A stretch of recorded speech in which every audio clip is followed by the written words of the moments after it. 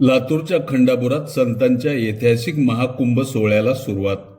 लातूर शहरापासून 12 किलोमीटर अंतरावर असलेल्या खंडापूर गावच्या परिसरात आजपासून अखंड हरिनाम सप्ताह आणि संगीत गाथा पारायण सोहळ्याचं आयोजन करण्यात आलंय।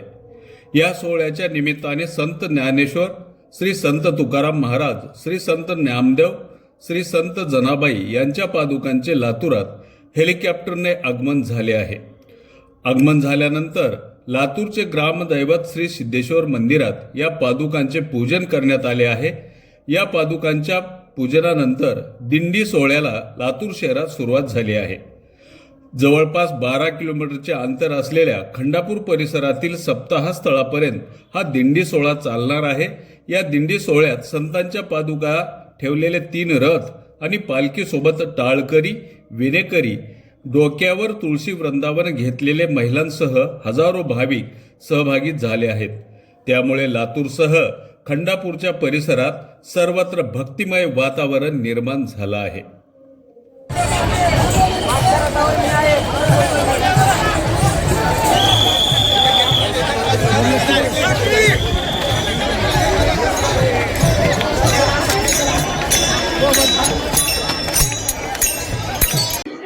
रामकृष्णारी रामकृष्णारी रामकृष्णारी।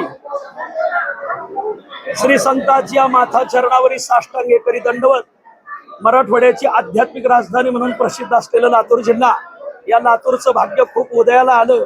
जुन्या साधू संतांनी जे पेरलं होतं ते उगवलं आज। श्री संत तुकोबाराय, श्री संत सावता महाराज, श्री संत नामदेवराय, श्री संत जनाबाई महाराज आदी संतांच्या पादुका आज आपल्या लातूरला आलेल्या आहेत आणि लातूर जिल्ह्यातील तळागाळातली वारकरी मंडळी सगळी एकत्र आलेली आहे। 18 पगड जातीची मंडळी एकत्र आली। सर्व राजकीय, सामाजिक, शैक्षणिक सर्व स्तरावरील मंडळी एकत्र येऊन अतिशय सुंदर उत्सव पालखी सोहळा संपन्न झालेला आहे। आज ग्रामदैवत सिद्धेश्वर इथे आपल्या सिद्धेश्वर देवस्थान ट्रस्टच्या वतीने आणि ग्रामस्थांच्या वतीने पूजा करण्यात आलेली आहे आणि श्री संत सकल संतांच्या पादुकांचं इथून आता खंडापूरला प्रस्थान झालेलं आहे। संपूर्ण महाराष्ट्राला विनंती की वारकऱ्याचा कुंभमेळा पाहण्यासाठी सर्वांनी लातूरला यावं अशी सर्वांना विनंती। मी ज्ञानेश्वर विठ्ठल कदम, आळंदी देवाची रामकृष्णारी। या सोहळ्याचं स्वरूप आज माऊलीच्या अश्व आलेले श्रीमंत शितोळे सरकार यांनी अश्व पाठवलेले आहेत आणि रिंगण सोहळा संपन्न होईल आणि उद्यापासून 2 टाइम कीर्तन, 25-30 हजार वाचक, 2-2.5 हजार टाळकरी, खूप भव्य सोहळा उत्सव संपन्न होतोय। तर आपण सर्वांनी या सोहळ्याचा लाभ घ्यावा अशी विनंती। रामकृष्ण। वेगळं पण असं आहे की सगळे 375 तुकोबारायचं असल्यामुळे 375 कीर्तनकार, 375 पताका, 375 टाळकरी, 375 प्रत्येक नावाची माणसं, असं सुंदरपैकी नियोजन हे लावलेलं आहे।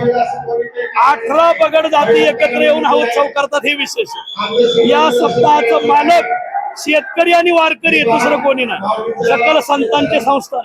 रामकृष्ण।